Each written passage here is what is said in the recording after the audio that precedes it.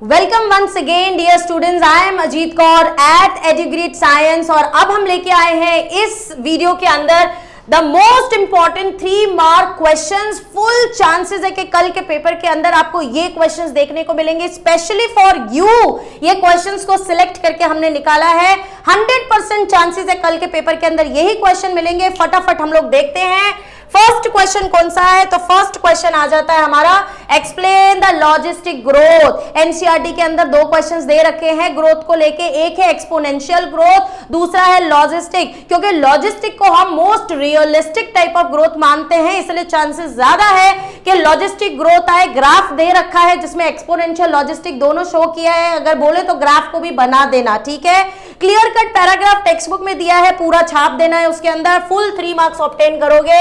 आगे बढ़ते हैं with the next question, that is right the adaptations of plants and animals to protect themselves from predators. 3 mark का question है। 3 plants के अडैप्टेशंस दिखा दो, 3 एनिमल के अडैप्टेशंस। याद है ना, टेक्स्ट बुक के अंदर दे रखा है एनिमल के अडैप्टेशन में मोनार्क बटरफ्लाई वाला दे रखा है, देन फ्रॉग का दे रखा है कि कैसे वो जहर उसके अंदर भर के रखता है, उसको कोई खाता नहीं है, और तीसरा वो कैसे कैमोफ्लेज करते हैं, राइट, तो वो दे रखा है उसके अंदर। साथ ही साथ प्लांट्स कैसे, तो कैलोट्रोपिस का उसके अंदर दे रखा है, ग्लाइकोसिडेस करके उसके अंदर जहर होता है जिसकी वजह से कोई भी ग्रेजिंग एनिमल उसके ऊपर फीड नहीं करता है। प्लस जो प्लांट्स है वो इस तरह के सब्सटेंसेस केमिकल सिंथेसाइज करते हैं जिसकी वजह से ग्रेजिंग एनिमल्स उनके ऊपर फीड नहीं करते। तो वहां से टेक्स्ट बुक के अंदर से ये पोर्शन आपको उठा लेना। 3 पॉइंट्स सिर्फ लर्न करने हैं, पूरे 3 मार्क्स झोली में गिर जाएंगे। आगे बढ़ते हैं with the third question, explain commensalism with example. Clear cut 3 mark का क्वेश्चन, डेफिनेशन दे दो कमेंसलिज्म की। आगे इससे रिलेटेड एमसीक्यू भी बताया जिसमें मैंने सारे के सारे 6 पॉपुलेशन इंटरेक्शन के आपको बताए थे। ज्यादा चांसेस है कि आपको कमेंसलिज्म कल के पेपर में देखने को मिले, जिसका मतलब है कि एक जो स्पीशीज है उसको तो बेनिफिट हो रहा है, दूसरी स्पीशीज जो है वो न्यूट्रल है। और इसके अंदर 4 एग्जांपल्स दिए, तो 1 मार्क आपको मिल जाएगा डेफिनेशन के लिए, 4 एग्जांपल्स के लिए आपको 2 मार्क्स मिल जाएंगे। अच्छे से उसको बेटा प्रिपेयर करना। आगे बढ़ते हैं with the next question, explain trophic levels. 2 questions मैंने कहा स्टार्टिंग में कि भैया 3 मार्क्स के लिए तो ये 2 चैप्टर्स बहुत ही इंपॉर्टेंट है, राइट। तो trophic levels and ecological pyramids दोनों ही इकोसिस्टम चैप्टर में से है, दोनों ही बहुत ज्यादा इंपॉर्टेंट है। तो ट्रॉफिक लेवल के अंदर उन्होंने दे रखा है कि भैया ट्रॉफिक लेवल प्राइमरी कंज्यूमर्स जो है, देन कार्निवोरस है, हर्बीवोरस है, देन कार्निवोरस। वो पूरा का पूरा पैराग्राफ क्लियर कट दिया है, कुछ छांटना नहीं है उसके अंदर से, पूरा का पूरा उसको अच्छे से याद करके और आपको छाप देना है पेपर के अंदर। सिमिलरली इकोलॉजिकल पिरामिड बहुत इजी, 3 टाइप के इकोलॉजिकल पिरामिड है। बेस क्या रिप्रेजेंट कर रहा है, इपेक्स क्या रिप्रेजेंट कर रहा है, पता है ना। टॉप कार्निवोरस को उसका इपेक्स रिप्रेजेंट कर रहा है, बेस जो है वो प्रोड्यूसर्स को रिप्रेजेंट कर रहा है। 3 टाइप के इकोलॉजिकल पिरामिड्स है, pyramid of biomass, pyramid of number and pyramid of energy. Pyramid of energy कभी भी इन्वर्टेड नहीं होता, हमेशा अपराइट होता है, जबकि बाकी के 2 हैं वो अपराइट भी हो सकते हैं और इन्वर्टेड भी हो सकते हैं। तो खाली एग्जांपल बता देना है कि भैया इन्वर्टेड किस सिचुएशंस में वो होंगे, राइट। आगे बढ़ते हैं with the next question, write a note on genetically engineered insulin, chapter number 10, जिसके अंदर से सिर्फ 3 मार्क का क्वेश्चन आएगा। निकलते ही उसके अंदर से 7 क्वेश्चंस है, समझ में आया। ज्यादा चांसेस है कि इस बार, लास्ट टाइम जीन थेरेपी पूछ लिया, ज्यादातर चांसेस है कि इस बार आपको जेनेटिकल इंजीनियर्ड इंसुलिन देखने को मिले।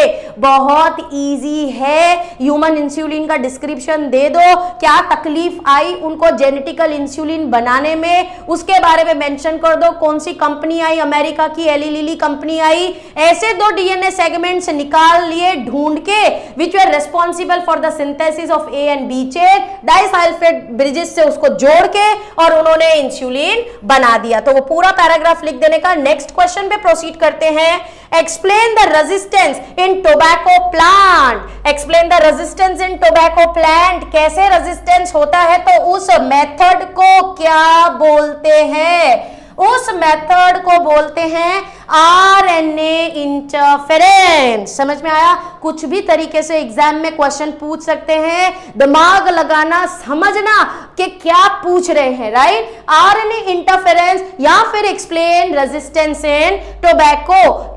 एमसीक्यू के अंदर भी इससे रिलेटेड मैंने बताया था, डबल स्ट्रैंडेड आरएनए का इस्तेमाल करके नीमेटोड का जो मैसेंजर आरएनए है उसको हम साइलेंस कर देंगे और नीमेटोड को जगह पसंद नहीं आएगी तो वो उस प्लांट को छोड़ के चला जाएगा, right? So that is explain resistance in tobacco plant. Clear cut text book में पैराग्राफ दिया है, पूरा छापना है। Next question number 8, how are GM crops useful?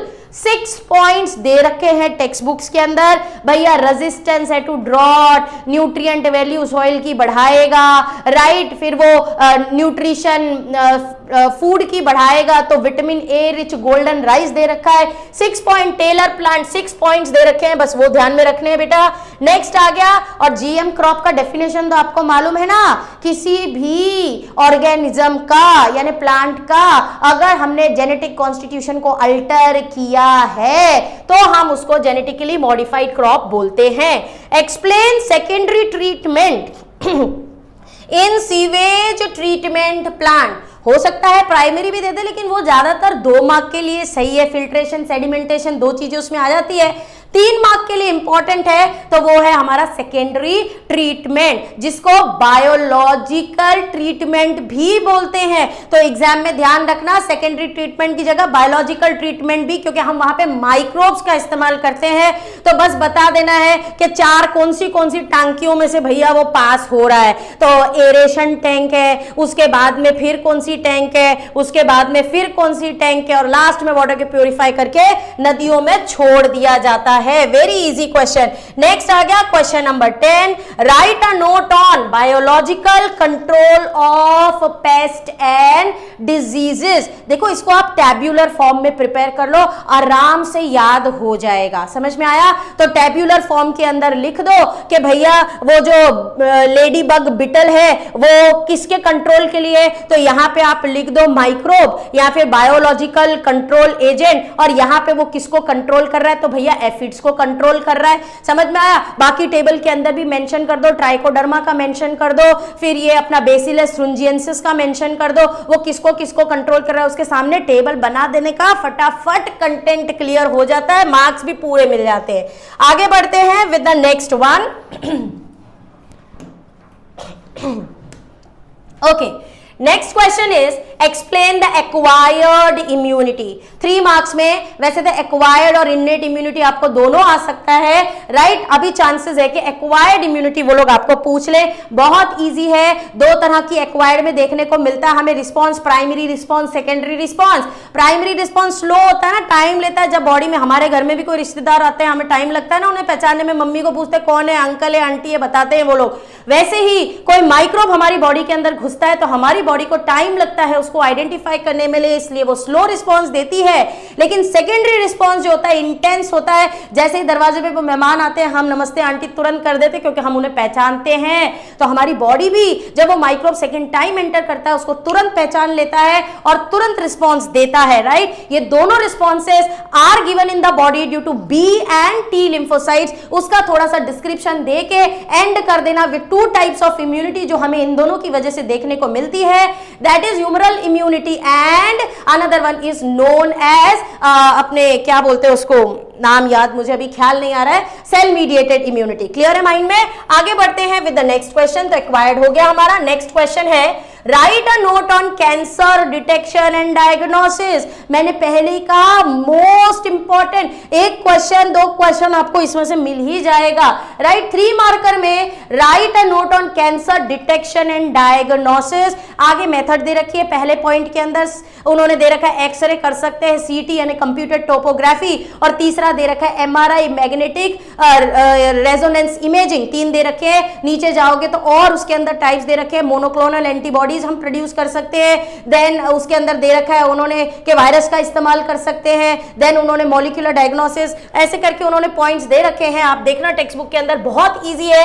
आगे बढ़ते हैं with the next question, write a note on Hardy Weinberg principle. देखो आ गया हार्डी-वेनबर्ग प्रिंसिपल, अच्छे से टेक्स्ट बुक में से लर्न कर देना है। एनसीईआरटी को क्या मानते हैं गुजरात बोर्ड के अंदर कि ये जो भी आप फॉलो करते हैं भगवान को, बाइबल है या ग्रंथ है आपके, राइट, या फिर आपकी गीता है, उसको समझो और जो भाव में वहां लिखा हुआ है सेम का सेम उठा के लिख दोगे ना बेटा, एक भी मार्क नहीं कटेगा, फुल मार्क्स आएंगे। नेक्स्ट क्वेश्चन पे आगे बढ़ते हैं, फोर्थ वाला, explain the evolution by natural selection और इंडस्ट्रियल मेलेनिज्म। ठीक है, दोनों क्वेश्चंस एक ही है, हेडिंग अलग अलग है, इसको इंडस्ट्रियल मेलेनिज्म भी बोलते हैं या फिर इवोल्यूशन बाय नेचुरल सिलेक्शन, वो मौत के बारे में दे रखा है। बिफोर इंडस्ट्रियलाइजेशन वो व्हाइट कलर का होता था ज्यादा मात्रा में, और भैया आफ्टर इंडस्ट्रियलाइजेशन ब्लैक हो गई शूट की वजह से, ट्रंक की स्टेम्स, तो भैया डार्क विंग्ड ज्यादा देखने को मिल गए। तो वो पूरा का पूरा जो पैराग्राफ है उसको आपको इसके अंदर एक्सप्लेन करना है। आगे बढ़ते हैं with the next most important question, explain the Hershey and chase experiment, या फिर वो ऐसा भी पूछ सकते हैं वो एक्सपेरिमेंट समझाओ which is the unequivocal proof that DNA is the genetic material. तो हर्शी एंड चेस का एक्सपेरिमेंट क्लियरली टेक्स्ट बुक के अंदर दे रखा है। वायरस का इस्तेमाल किया था, ई कोलाई बैक्टीरिया को लिया था, इन्फेक्ट किया, बता दिया DNA is the genetic material. आगे बढ़ते हैं with the next question, explain the packaging of DNA helix. Explain the packaging of DNA helix, पहले प्रोकैरियोट्स में दे रखा है, 2-3 ही लाइन है उसके अंदर, और फिर यूकैरियोट्स में दे रखा है थोड़ा सा डिटेल के अंदर। तो उस पैराग्राफ को पूरा अच्छे से बेटा आप लोगों को प्रिपेयर करना है, राइट। तो क्रोमेटिन से लेके हम क्रोमोसोम तक बनाएंगे और फिर यूक्रोमेटिन और हीट्रोक्रोमेटिन का मतलब समझाएंगे और कंटेंट वहीं पे फिनिश हो जाएगा। आगे बढ़ते हैं with the next question, write a note on salient features of HGP. HGP क्या है? Human genome project. 10 पॉइंट दे रखे हैं पर प्रिपेयर कितने करने हैं? हमको सिर्फ 6 पॉइंट प्रिपेयर करने हैं। जो अच्छे लगते हैं उनको प्रिपेयर करो, लेकिन बाकियों का जो कंटेंट है उसको ध्यान में रखना। जैसे maximum number of genes chromosome number 1, minimum number of genes chromosome number Y, कितने genes total human genome project करने के बाद पता चला कि भैया हमारे जीनोम के अंदर प्रेजेंट है, वो सारे पॉइंट्स दे रखे हैं वहां पे। उसके अंदर से जो भी 6 आराम से याद कर सकते हो उसको रट्टा मार लो। जेनेटिक कोड के साइलेंट फीचर्स लास्ट ईयर पूछे जा चुके, तो चांसेस कम है कि वापस आएंगे, इसलिए एचजीपी का आ सकता है। आगे बढ़ते हैं with the next question, chapter number 2 तो मैंने कहा हाईली इंपॉर्टेंट है, कुछ छोड़ना ही मत उसमें से। एक्सप्लेन पार्चुरिशन एंड लैक्टेशन, तो बहुत ही आसान है। पार्चुरिशन के अंदर भैया जब 9 मंथ्स पूरे हो जाते हैं तो आपको मालूम है रिलीज होता है ऑक्सीटोसिन, राइट, सिग्नल देता है द डेवलप्ड प्लेसेंटा, राइट, और फुल्ली मतलब प्लेसेंटा और फुल्ली डेवलप्ड फीटस जो है दोनों सिग्नल सेंड करते हैं हाइपोथैलेमस के पास में। हाइपोथैलेमस रिलीज कर देता है ऑक्सीटोसिन, जिसकी वजह से पार्चुरेशन हो जाता है। पूरा पैराग्राफ चाहिए तो फ्लो चार्ट के फॉर्म में भी आप उसको दिखा सकते हैं। लैक्टेशन में सिर्फ डेफिनेशन आपको देना है, पार्चुरेशन होने के बाद मेमोरी ग्लैंड का डेवलपमेंट हो जाता है और भैया लैक्टेशन होता है। नेक्स्ट क्वेश्चन पे प्रोसीड करते हैं। With the help of neat labelled diagram explain the structure of sperm. अच्छे से डायग्राम की प्रैक्टिस कर लेना। डायग्राम के ऊपर ही कंटेंट है, बस उसी को तो लिख देना है। ज्यादा कंटेंट कहाँ है उसमें? 4 पार्ट्स है उसके, हेड है, नेक है, मिडल पीस है और टेल है। डिस्क्रिप्शन तो मिडल पीस में और हेड में ही दे रखा है। एक्रोसोम के बारे में बताओ, मिडल पीस में माइटोकॉन्ड्रिया है, मूवमेंट के लिए एनर्जी प्रोवाइड करता है। कुछ भी नहीं है बेटा, कंटेंट बहुत ईजी है। आगे प्रोसीड करते हैं नेक्स्ट क्वेश्चन के लिए। Explain in situ conservation. Last year उन्होंने एक्स-सी2 पूछ लिया है, चांसेस है इन-सी2 कंजर्वेशन, और आसान भी है याद करना। एक्स-सी2 कंजर्वेशन फिर थोड़ा डिफिकल्ट पड़ता है क्योंकि उसके अंदर हम एक के पीछे एक पॉइंट्स को रिलेट नहीं कर पाते। यहां पे इन-सी2 कंजर्वेशन में क्लियर कट डिफरेंशिएशन है। 3 चीजें उन्होंने हमें बता रखी है। इन-सी2 का डेफिनेशन दे दो वहां पे, उसके बाद उन्होंने वो क्या बोलते हैं, अटक गई मैं थोड़ा सा इन सिटू कंजर्वेशन के अंदर उन्होंने 3 क्लियर कट अपने को हेडिंग्स दे रखे हैं, पैराग्राफ्स दे रखे हैं, उसमें उन्होंने वो नेशनल पार्क्स और उन सब के बारे में बता रखा है, उसका हो गया, बायोडायवर्सिटी हॉटस्पॉट के बारे में हो गया और सैक्रेड ग्रुव्स के बारे में। तो 3 पैराग्राफ दिए हैं, आराम से एक के पीछे एक अपने को याद हो जाता है। आगे बढ़ते हैं विद क्वेश्चन नंबर नेक्स्ट मतलब 11, explain the levels of biodiversity. बहुत इंपॉर्टेंट क्वेश्चन हो सकता है कि कल के पेपर के अंदर आपको ये लेवल्स ऑफ बायोडायवर्सिटी डेफिनेटली देखने को मिले, राइट। 3 लेवल्स है, क्लियर कट क्वेश्चन है। आपको मालूम है एक जेनेटिक लेवल बता रखा है, एक उन्होंने इकोलॉजिकल लेवल बता रखा है, एक उन्होंने स्पीशीज लेवल बता रखा है। तो अच्छे से उसको बेटा प्रिपेयर कर देना है, बहुत आसान है, विद एग्जाम्पल करना। नेक्स्ट क्वेश्चन दे रखा है, explain species area relationship. Alexander Humboldt जब जंगलों में गए, उन्होंने देखा जैसे जैसे एरिया बढ़ रहा है वैसे वैसे स्पीशीज जो है वो बढ़ती जा रही है, यानी इंक्रीज देखने को मिला स्पीशीज के अंदर। तो उसको उन्होंने नाम दे दिया एरिया, स्पीशीज एरिया रिलेशनशिप। फिर उन्होंने कुछ नीचे एक पैराग्राफ और दे रखा है कि भैया थोड़ा थोड़ा सबके अंदर नंबर वेरी करता है, राइट। तो उसके बारे में भी मेंशन कर देना, पूरा टॉपिक उतार देना बेटा, आराम से फुल मार्क्स मिलेंगे। इंपॉर्टेंट क्वेश्चन है स्पीशीज एरिया रिलेशनशिप भी।